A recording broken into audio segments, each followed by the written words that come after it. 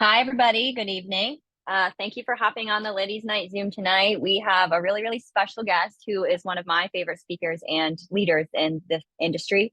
For those of you who don't know me, my name is Tatum. I am 25 years old and I'm on the sales mafia side of the house. I came from bartending, so I've been here for about 11 months now. I am a single mom of two beautiful boys. And yeah, I'm really excited to be able to talk to you guys tonight and open the Zoom up to not only the women, but the men. Typically, these Wednesday night Zooms, they were started for the ladies because I met Miss Ashley at the women's retreat in March and realized that there are so many powerful women in this company of all levels of the P2P. And we really wanted to foster the growth of the women. So we started the ladies night Zooms, but tonight this talk is going to be really beneficial to everybody. So thank you guys for coming on. Miss Ashley, if you want to introduce yourself and just where you're from, and yeah, we'll take it from there. Absolutely. Well, super duper excited. I think that we have a lot in store when it comes to this Zoom.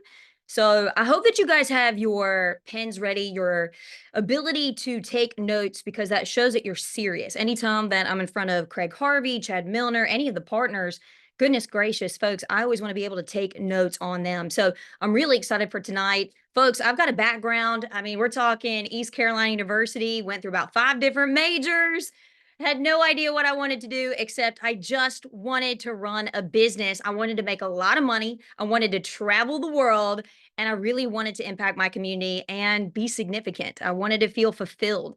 And I can tell you one thing is that when I went to ECU and graduated, I graduated communications, found no job whatsoever when I graduated. So I was a bartender, I was a server. Someone found me and said, "Hey, you'd be great working at Gold's Gym." And I said, "All right, let's go. What does it pay?"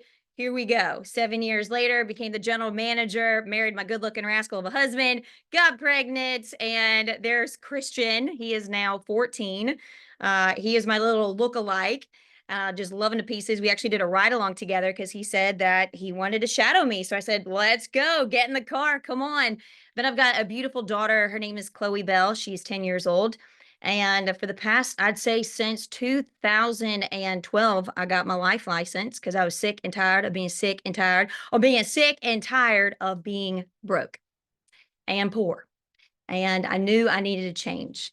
And I can tell you one thing is that I owe my life to Craig Harvey, to Chad Milner, Jordan Smith, and Greg Baden, because they took a shot on me. They started a company that changed not just my life, but they changed thousands of people's lives, seniors' lives, every single practical kid that we've ever run a life insurance policy on, the thousands upon thousands of hundreds of thousands of people. They had a dream, and I'm just very grateful to be a part of that dream. So Tatum, how about you, buddy?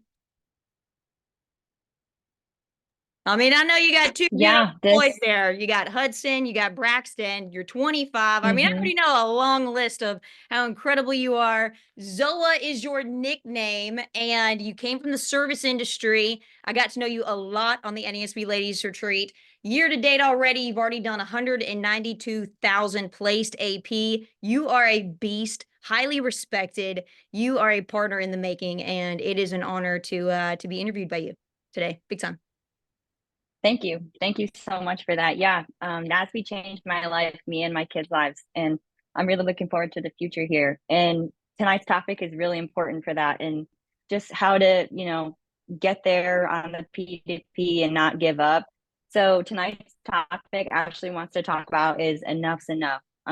She has some incredible points as far as just the action steps required of an agent when they finally say enough's enough. So it's a blessing to be able to learn from you tonight. And as I mentioned earlier, these Zooms were typically more geared towards women, but everybody has different perspectives in the business, whether you're a man or a woman, but we all share similar struggles. So the struggles we deal with, they challenge us to get better. So I wanted to talk to you about a lot of what we do. Oh, wait, hold on. Your first point was applied value-based identity and that action step that's required of the agent. So how would you go about doing that? What does value-based identity mean when it comes to saying enough's enough? Well, I can say this. I remember back in 2015. And back in 2015, I would say my starting point with NASB was not when I became an agent. A lot of people don't know that.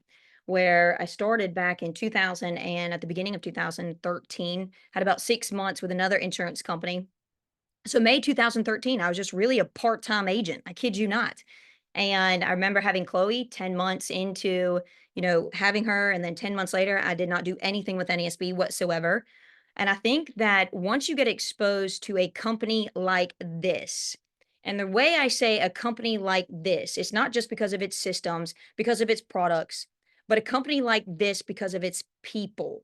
You always want to be a part of that culture. You always want to be a part of that. I guess you could say you want to be in that inner circle. And I just remember that it was in February of 2015. That was when enough's enough for me. In other words, I was sick and tired of being sick and tired. Like I said, guys, of being broke, being poor. It's pretty sad when you have a hand me down car because you're so broke that you can't even afford a car payment. I don't know if anybody can relate to that.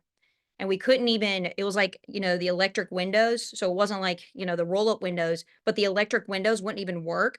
So therefore, they would never actually fully go all the way up. So when it would rain, we knew every single day, or not every day, but anytime it rained, the rain would come into the car and the entire car would smell like mold.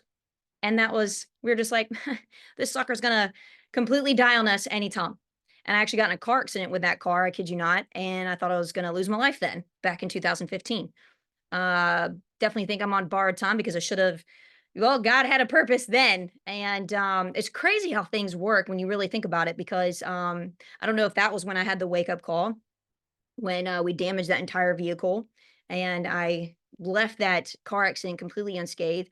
I don't know if it's when the engine blew up many years ago because I was flying a plane. I don't know if you just have this different perspective about life. And I think all of us can hopefully relate to the fact that maybe you didn't have a car accident, maybe you didn't have an engine blow up when you were in the plane midair, flying from Jamaica to another obviously country, and you have all these emergency vehicles waiting for you on the runway, and you lived. And I guess for me, it was just like enough's enough. And I just remember fighting because I had the ability, I had it in me, I knew it was in me. I just needed that sucker to come out of me. And the crazy thing in 2015, I had to sell my engagement ring for rent money.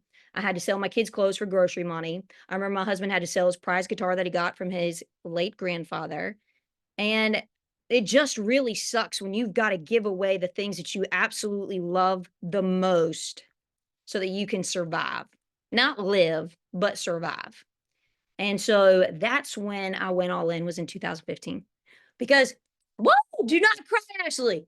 Dude, I remember in 2015, you want to talk about a year of hell. It was a year of hell.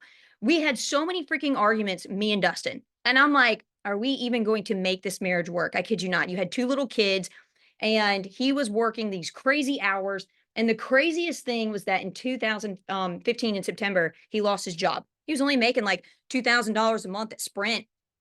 But it's pretty hard when you have to tell your husband who was offered an 80,000 a year job, babe, I need you to let me run with this thing. I need you to let me go because there's something that's pulling me, not pushing me, not forcing me. My coaches didn't force me to run. There was this something that was pushing me, pulling me, whatever you want to call it, that was just saying, you gotta run, Ash. You gotta run. You can't jog, babe. You got to run because there is something great on the horizon.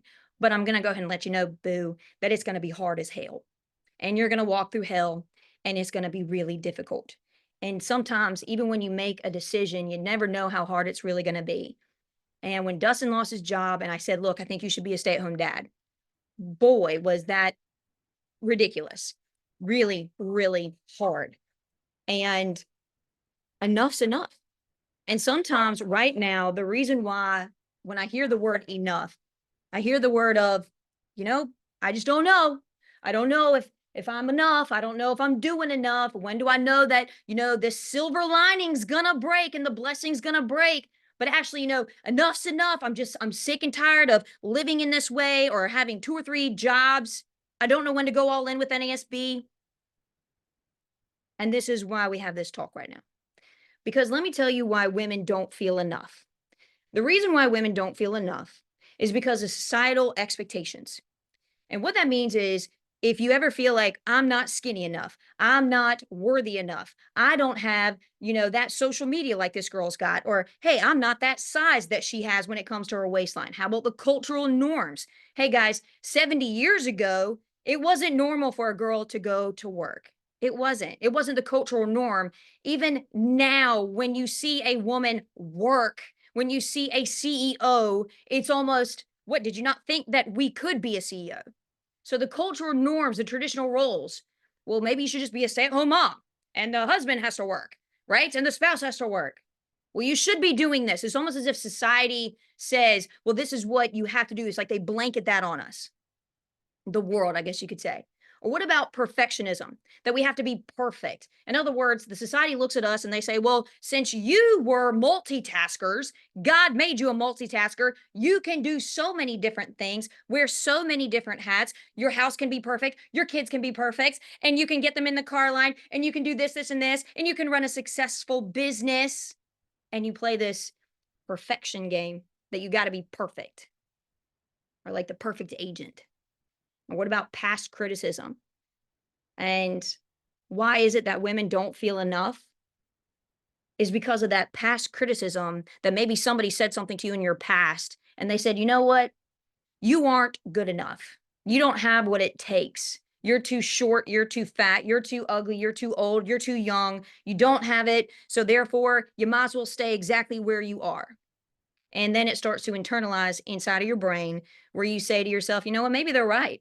Maybe they are right. Maybe I'm just not enough because I'm looking at all my externals and I don't have the home that my manager has. I don't have the car that Andrew Everhart has. I don't have this. I don't have that. So maybe society's right. Maybe I'm not good enough. All of these things are called catalysts, as long as you allow them to be catalysts to your story. And the reason why I wanted this Zoom, the reason why I called on Tatum to really put this Zoom together is because some of us right now, we're just on the playground. And I am asking you, I'm not going to tell you, I'm just going to ask you, when will enough be enough for you? When will you walk out of that darn playground and stop playing with this thing, stop playing with this opportunity, and you'll walk into the battleground? It's not a yellow brick road. It's not roses and peaches and butterfly kisses. No, it's a freaking battleground. It's a straight up war. You look at Simone Biles, straight up the most talented gymnast in the entire world currently right now, the most decorated gymnast, the most gold medalist winner. You don't think that she had to overcome the odds? And the reason why I want you guys to face this is because I'm going to be very real with you. You making a decision that enough's enough, you made a decision, but you not making a decision that enough's enough, that no, maybe I'm just not there yet, Ashley. That's you also making a decision. When you don't make a decision, you're making a decision. Folks, it's all hard. We all get that. It's hard to be broke. It's hard to be wealthy. Okay. So don't look at all your upline managers and all the people that you consider very wealthy like, oh, they just have it easy. No, they don't. Matter of fact, they have it a lot harder than potentially what we have, or maybe you starting out as an agent. They just have a higher tolerance to the word hard. And that's why my goal today is to help you look at this word hard, is to help you look at, okay, what does enough look like? If I draw the line, just like what I did in 2015, not 2013 when I got started with North American Senior Benefits, but in 2015, what did that journey look like that 4 years later in 2019, I was able to hit partner, become the first female to ever do that? Because I do know this is that you were made to go. You were made to grow. You were made to progress. Just because somebody hits sales manager, somebody hits regional vice president, somebody hits partner, that means that you stop in your skill set and your tolerance and your capacity? Absolutely not. Absolutely not. So I am asking you, will you make tonight the night that you draw the line and you say, enough's enough? I'm tired of this and I want to fight, because I want my haters to sit in the audience as they watch my story. because they're going to be the ones years from now, maybe a year, maybe 2 years, begging for a job from who? You. Or your story could be a little bit different a year or two from now. I want you to write this down. Everything starts with earning. Everything starts with earning. Are you ready to earn the right to be respected? I wanted that. That was one of the big things that of wanting to hit regional vice president, of wanting to hit partner was, gosh, if I could have these gentlemen just look up to me and respect me, that I had something of value that they would want to ask me about. Hey, well, how'd you do this, Ashley? How did you create a culture like this? How'd you create a culture of appreciation? How'd you do that? That sense of respect that all of us have the ability to earn. We all have that ability. And so my ask to you guys is there's going to be 3 components that once you draw the line, that enough's enough. You're willing to fight, you're willing to get in this battleground. What does it really look like? So I'm going to throw it back to you so we can go into this first point here, Miss Tatum. Yeah, so I agree with you with what you said, because I feel like everybody has to hit that point to go all in. Like they have to hit that wall where they're like, something has to change. And you have to choose your heart. It's hard to be broke. It's hard to be rich. So choosing your heart, and everyone hits that point. And regardless of who your competition is, I think that's another huge component of success is competition. But it's really easy to lose sight of your identity when you're comparing yourself to others, right? How would you identify the competition and use that to your advantage? Absolutely. Well, before I answer that second point, I want to go into the first point. So the first point is applied value-based identity. So you see, before we can understand the fight, we've got to understand the fight that is inside of us. So I wanted to really say the reason why I say applied value-based identity, and I'm going to be throwing out some words here as to what it really looks like to be an agent that you can be proud of, that your team can be proud of. And when I say your team, you might just be a brand new agent. I'm talking about your cross line. I'm talking about upline. I'm not just talking about if you have a team. I'm talking about you brand new agent. Guess what? Can you be proud of the identity that you have? And I say value-based identity because does your identity bring value and does it contribute to society? Does it? What is it contributing to you? I want to name off some characteristics, but I remember talking to my son because my son, he's going into 8th grade, and in 6th and 7th grade, Christian, he was able to get onto the soccer team for his middle school. And I would say that he was probably below average getting onto the soccer team. Goal was to obviously progress him. And you could just tell, like, yeah, he progressed a little bit. But the craziest thing happened. Maybe it wasn't so crazy. He went out for tryouts this past year. And guess what? He didn't make the team. Now, who do you think was so pissed off? Me. Oh my gosh, like I was bawling, not just internally, externally. And I'm just like, Dustin, how do I deal with this? Because this is my son. This is my boy, right? We're talking 2 months earlier, he got the coach's award. And I know this coach. I'm the main sponsor of the team. Didn't want it to be about that. And I'm grateful for that. The coach calls me, and I could tell he was so afraid to tell me this is why. But I kind of already knew because I could see it on the field. You ready for this? It was his identity. So I remember going to my son and I said, hey, me and Dustin, we talked to him afterwards. He said, this is why you didn't make the team. This was just about 2-3 weeks ago. And I told my son, I said, Christian, what characteristics do you want to be known for that you're proud of? Because you're not living this life for other people. You're living this for your life, to glorify God. But what characteristics do you want to have inside of you? And he said, Mom, I don't know. And then I said, okay, what characteristics does mommy have that you can identify, that you're proud of me for? And he said, well, Mommy, you're caring, you're kind, you're gentle, and you're fun and you're funny. And I said, now let me ask you this. How do I show that I care? You can tell me that I'm caring, but tell me how I care. And he said, well, Mommy, you'll invite agents over, your business partners, and you'll serve and take care of them, and you genuinely care, and you'll pick up and you'll take the trash out, and you'll do so many great things for Chloe and I, and that shows that you care. I said, so Christian, It's not just you saying you want to be a certain type of person or have these certain characteristics. What matters is that you show and apply those characteristics into what? Actions. Here's the crazy thing is what characteristics contribute the most to your community?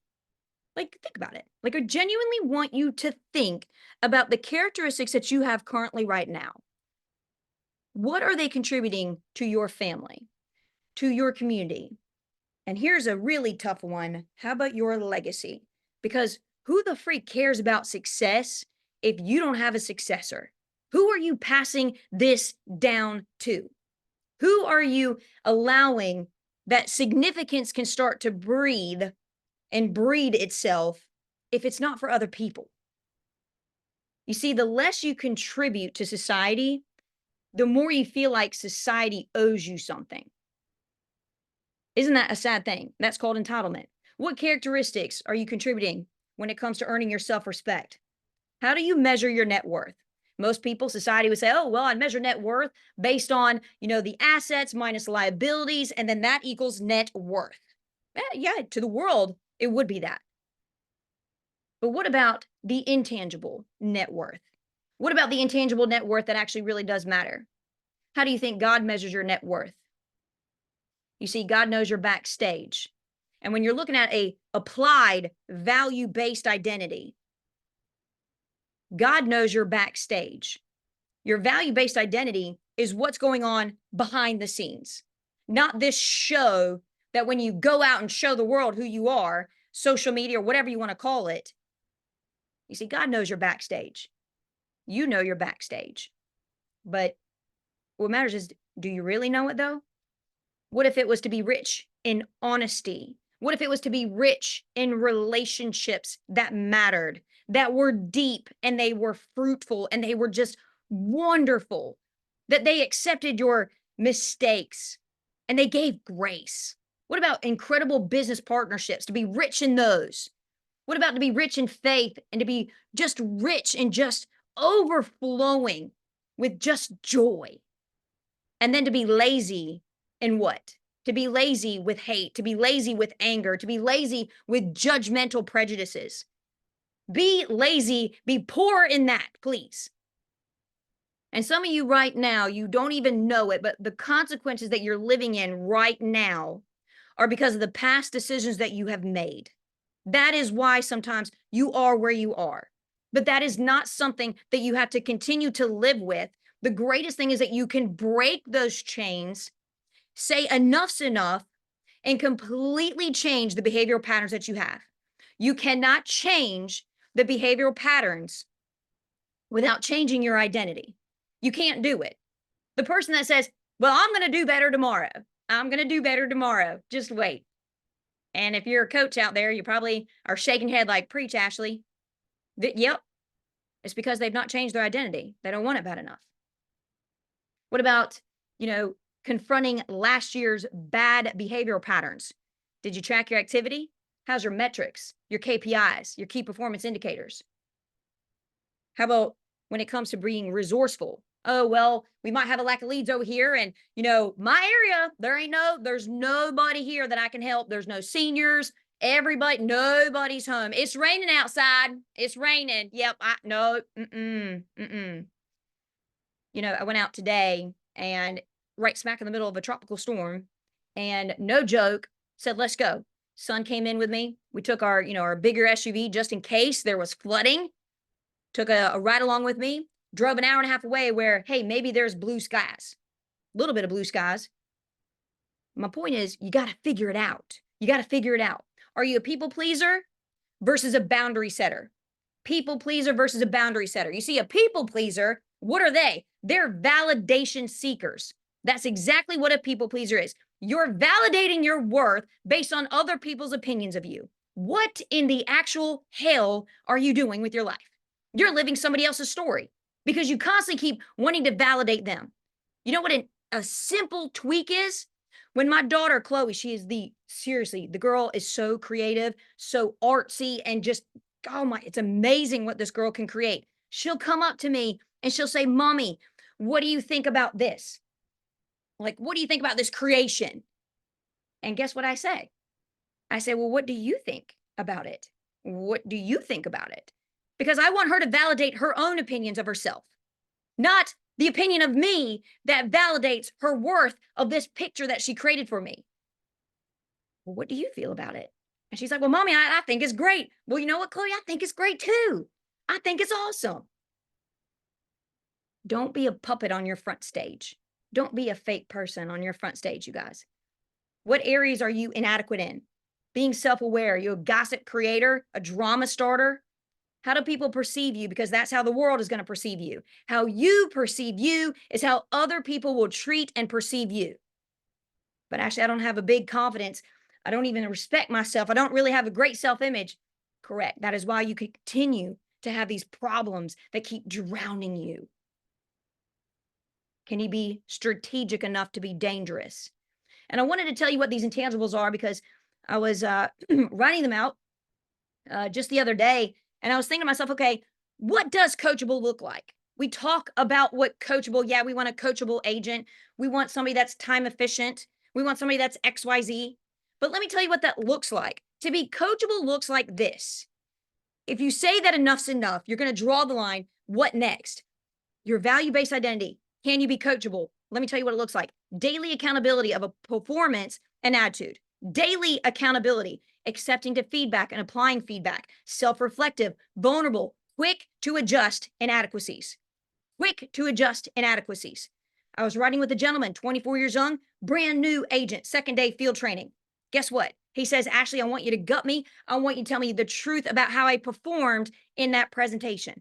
I said, sir, did you think I was going to sugarcoat it any other way? I have to tell you the truth because if I don't tell you the truth, you're never going to have real change. Coaches out there, my coaches have always been honest with me. They've always been so bold with me that they knew what they were going to say was going to hurt my feelings. And I'm so grateful for that because I needed that for them to kick my butt so I could have the truth and say, okay, I need to change. Coachable means that you're quick to adjust inadequacies. Time efficiency. Do you wake up early? What's your early? 8 o'clock? Are you kidding me? 6:30 a.m. Can you increase your skill set? Can you value your health and your mental wellness? 40 hours a week gains you 15 presentations a week. If you're slow and didn't get 15 presentations, yeah, you're going to have to put more hours in because you're not efficient with your time.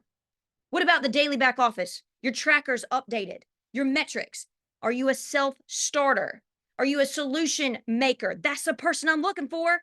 You're like, Ashley, what kind of person is a person that you want in the trenches with you? These characteristics.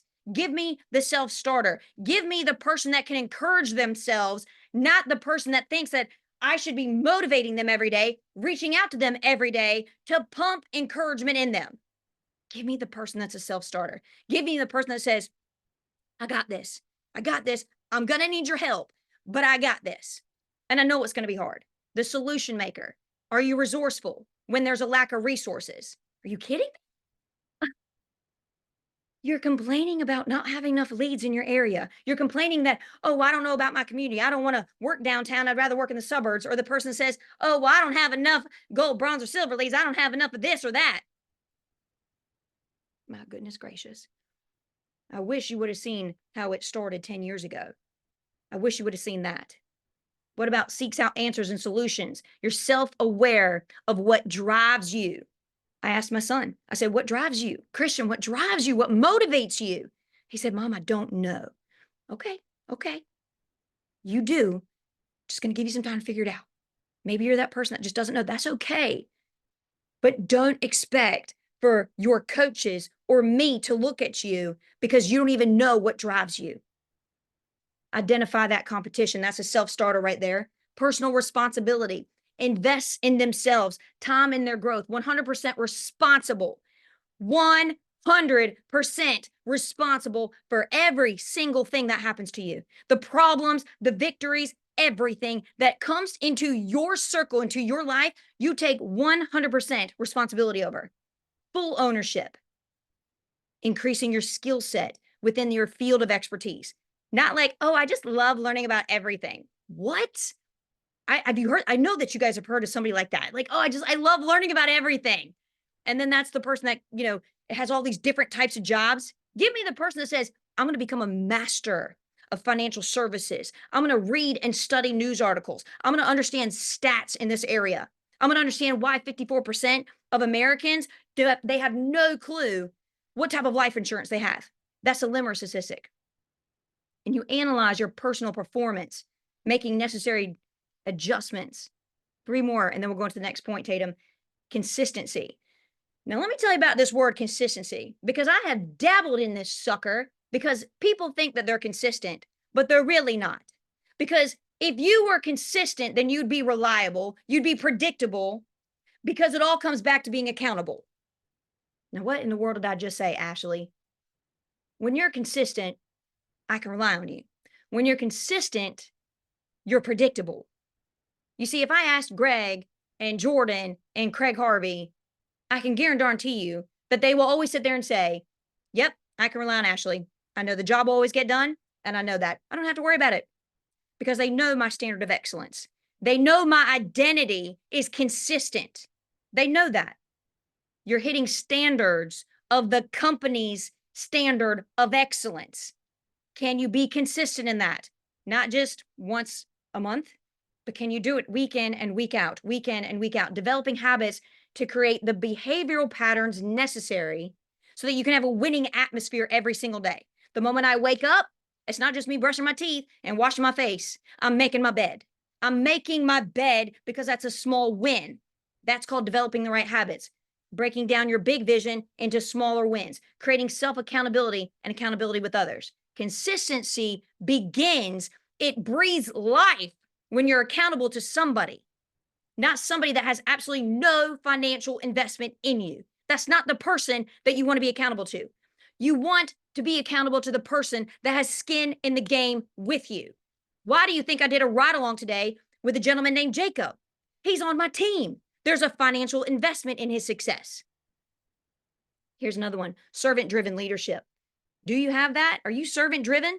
I asked one of the guys, he just hit a recent promotion on my team, and he said, Ashley, gut me, tell me what I could do differently as far as characteristics. I said, are you ready for this one? He said, yeah. I said, you're not servant-driven, bro. And he's like, what do you mean? I said, how many times have you been in my house? How many times have you done the dishes? How many times have you cleaned somebody else's plate? How many times have you seen me over there cleaning, doing this, scrubbing somebody's mess up, making sure that the beds were made, making sure that this was done? And he was like, wow. I was like, yeah, servant-driven leadership.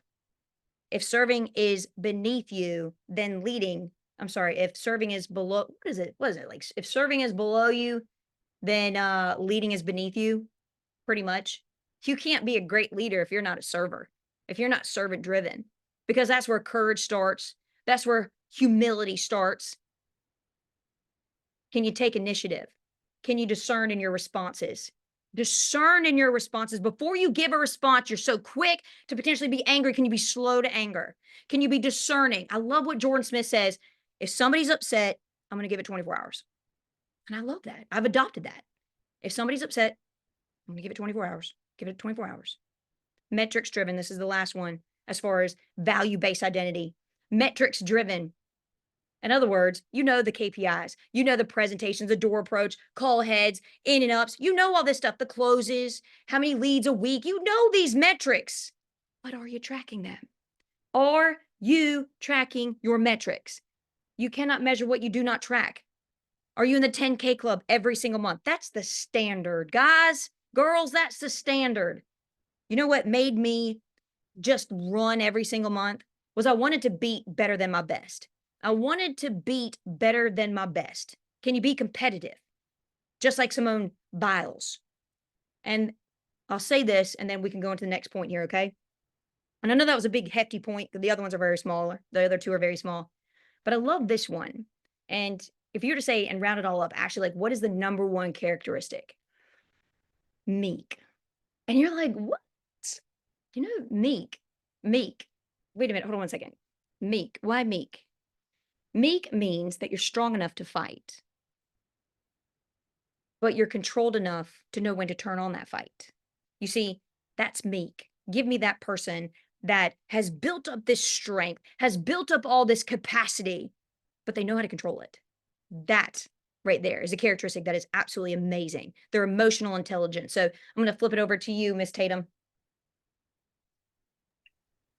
Yeah, this business will completely change your identity as a person for the better, for sure. I mean, I can say who I was 11 months ago is completely different than who I am today.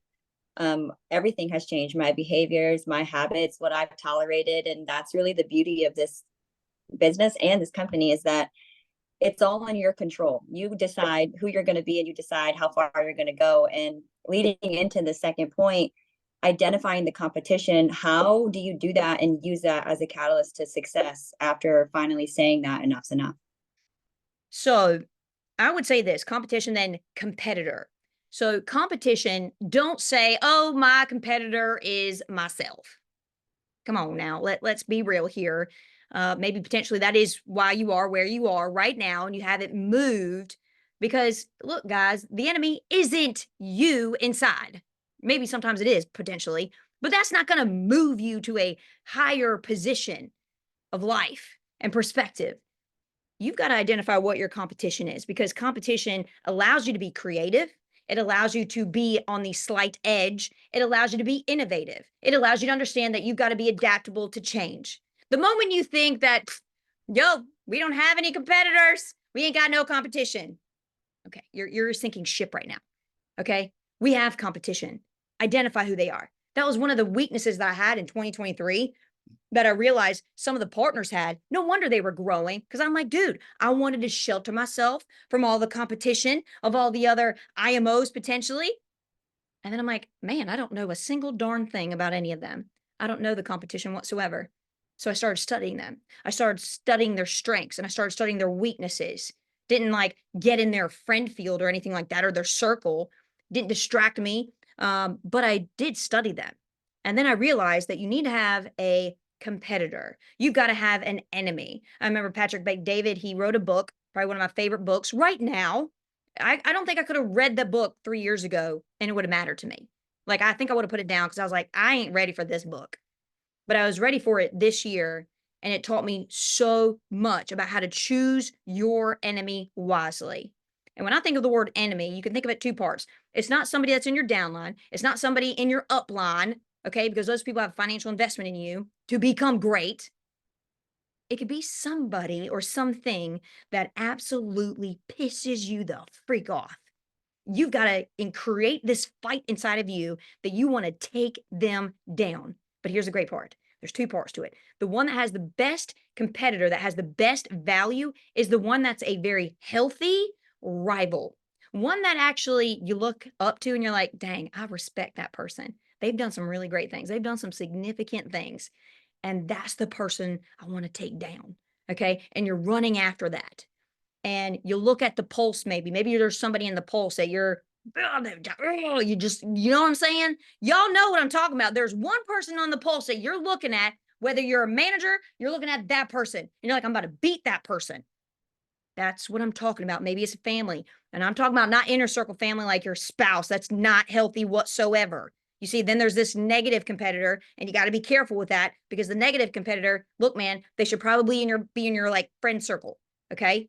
But I'm talking about maybe there was a coach in your past. Maybe there was a boss in your past that just ruffled your feathers so much.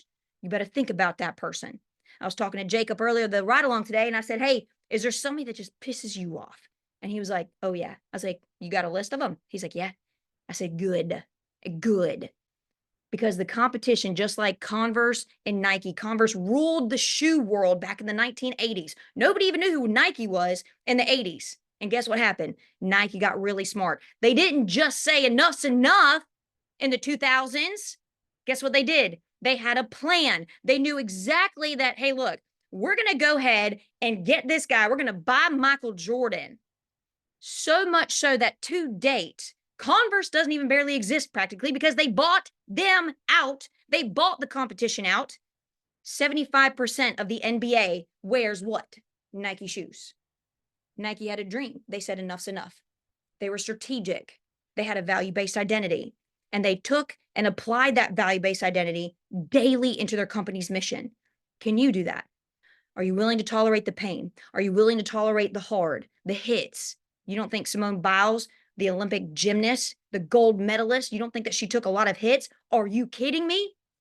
I was reading about the drama that was going on between her and an old teammate that said, oh, that team, the USA gymnast team, no, they're lazy and do not have talent.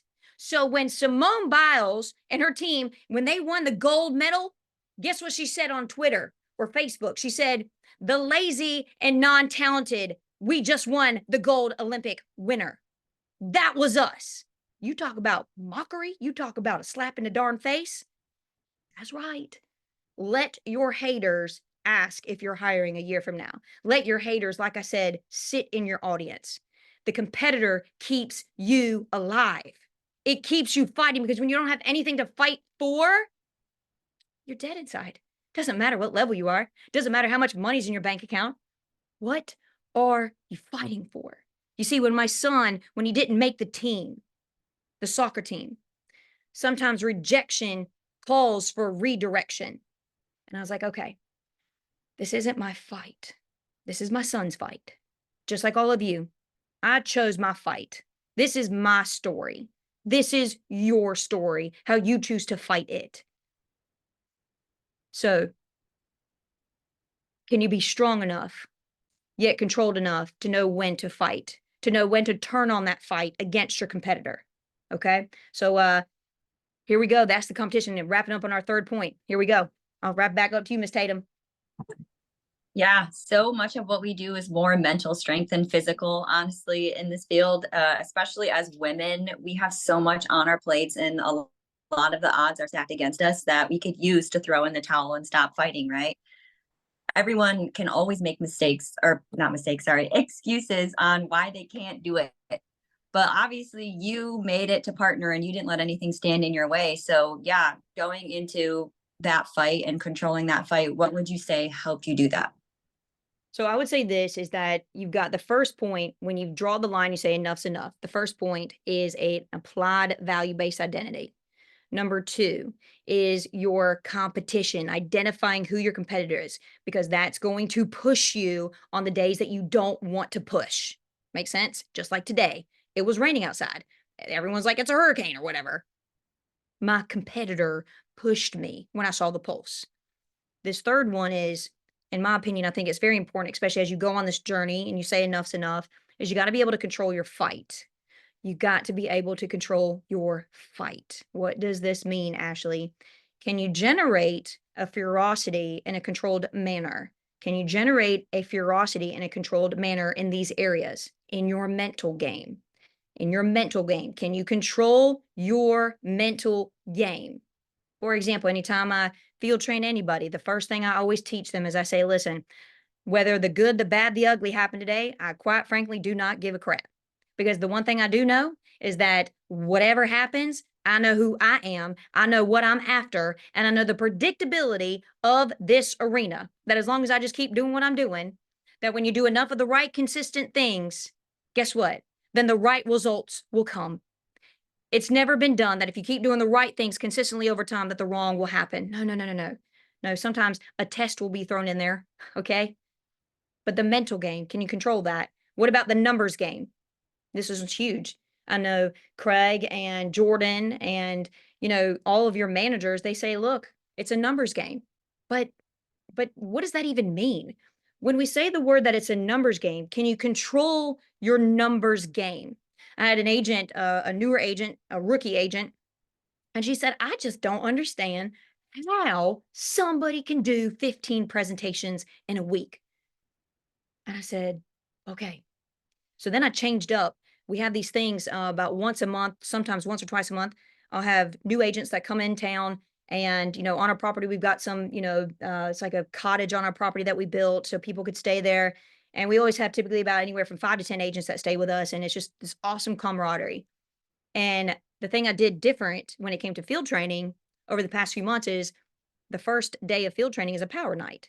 It's a power night because I want to show a brand new agent, especially on the first day, to build their tolerance to see 4 minimum presentations, but the 5 is the goal. 5 has got to happen. We ain't going until we get to 5 presentations. We start, we end with 5 presentations. And they see that on the first day. Can you control your numbers game? Can you control your activity, your performance? What about the selection game? You know, somebody asked me earlier, they said, hey, Ashley, what's something that you would have done differently in the beginning? I would have said no to a lot of people. I would have said no to the people, a lot of the people that I hired because of the exhaustion that they gave me. Or maybe I didn't. Maybe I needed it. Sometimes it's like, do you regret it? Probably not. I'd do it all over again because of where I am today. But man, I bet you I probably would have gotten there a lot faster, like Andrew Everhart and Will Kemp and Nick Goichai. They did that sucker in 2.5 years, partner. Okay? The selection game. I wish I was a little bit more selective. Can you be a little bit more selective with the time? The people that you are physically pouring your time, your money, your investment in. Not just if you're an agent, the selection game of, hey, you know what? How much time? The efficiency of your time. That selection game. The no game. Eliminating distractions. Okay, parents out there, how many distractions do you have on your plate? A lot. Oh, we should go do this and we need to do this and we got to do this with the family and to go do this and the friends and all this stuff. And oh, we were just invited over here because we got to go do this and this and this. Can you say no? It's the no game. No, I'm not able to do that. I never say the word can't. I don't like the word can't. It's like a cuss word in my family.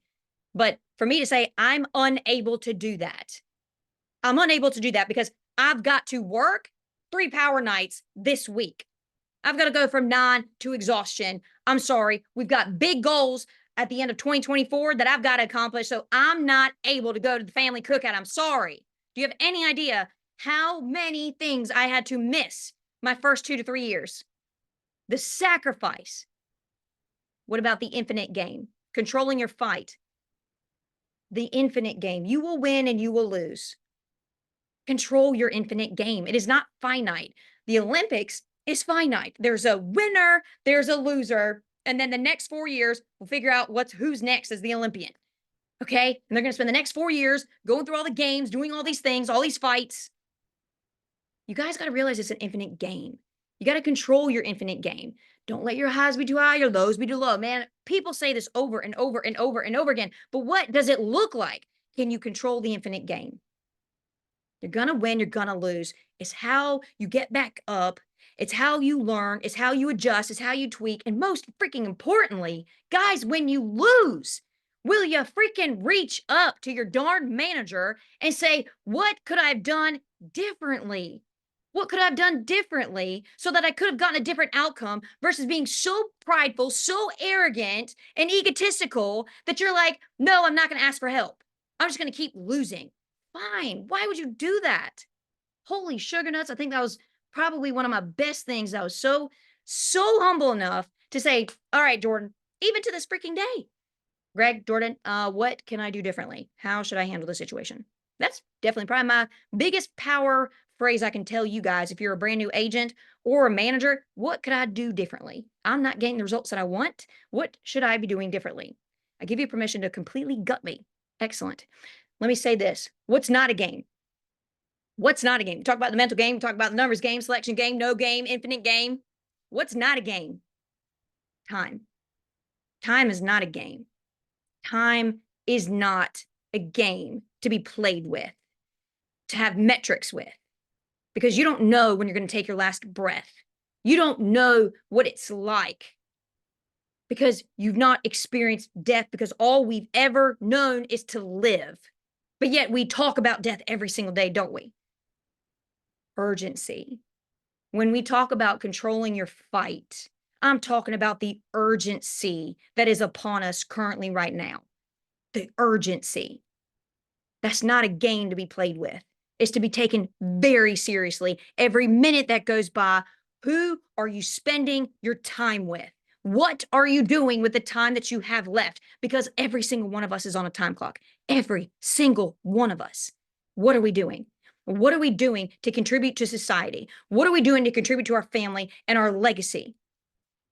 And the crazy thing is all up to you. You're the chosen one, because your lack of inabilities because you're not willing to face your inadequacies means that your daughter or your son is going to have to face that freaking fight because you feel like you're too weak enough to actually face it yourself.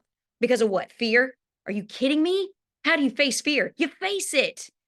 That's how fear respects you, is if you face it. And I want you to write this down because this sucker came upon me like a ton of freaking bricks.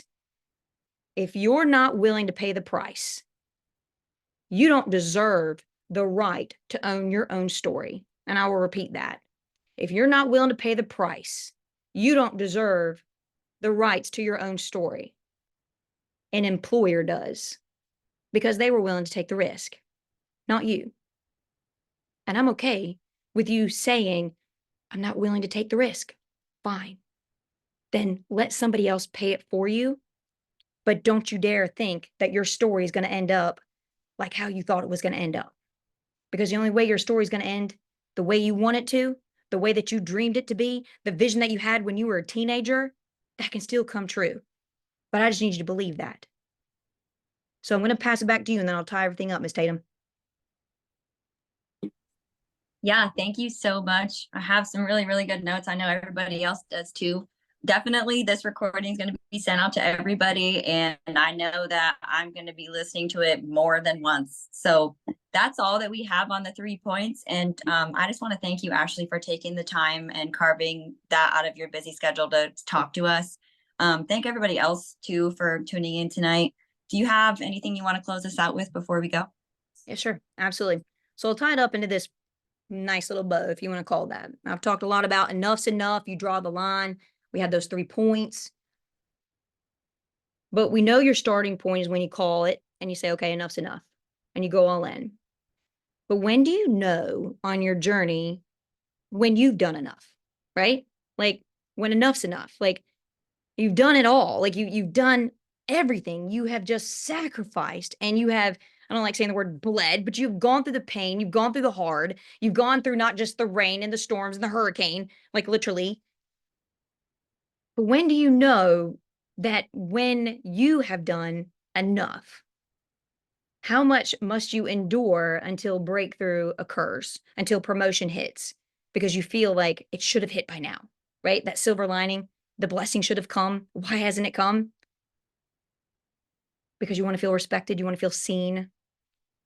And I remember doing this acronym. Gosh, this was like many years ago. I created this acronym for enough. Like, what does it look like when you've done enough?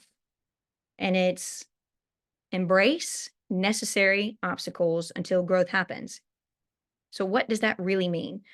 That means when you look at the word enough, you need to embrace the necessary obstacles until growth hits or happens. That's when you know that you've done enough. That's when you know that you've earned the promotion, you've earned the respect. That's when you know. But Ashley, how do I know?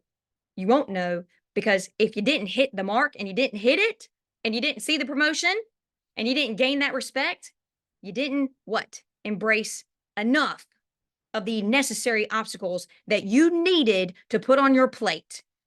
Maybe because you keep going through the same darn lesson that God keeps trying to teach you, but you just aren't grasping it. But Ashley, what is that lesson? I don't know. This is not my life. This is your life. So the boss that fired you, the agent that quit on you, those that left you, they leave the very best part of you. And it's going to happen. People are going to backstab you. I love what Craig says about being able to be stabbed in the face. He's never going to stab you in the back, but he's going to stab you in the front. That's a good friend right there. Because those people that do that to you, that fuel that drives you, they're not worthy of seeing your next chapter. And if they are, they can sit in the audience. Because the you that's going to impact more lives, the you that's going to inspire an entire community, the you that a senior is waiting for tomorrow, the you that another potential unlicensed agent is thinking like, I hate my job and I'm praying for an answer. I'm praying for somebody to just look at me and pick me and select me because I'm sick and tired of being a W-2 employee. I want a shot. The you that you could be proud of, the you that's respected, the you that's significant, the you that's fulfilled, the you that's enough. And I need you guys to understand that you're enough. Like, I need you to know that as you grow and progress in this life, like, just know, be grateful for what you have.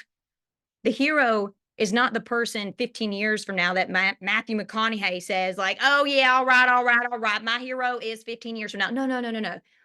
I remember Jordan saying this on stage. I think it was 2 years ago at a national conference. And he said, my hero is the person that actually went all in. My hero is the person that said, enough's enough.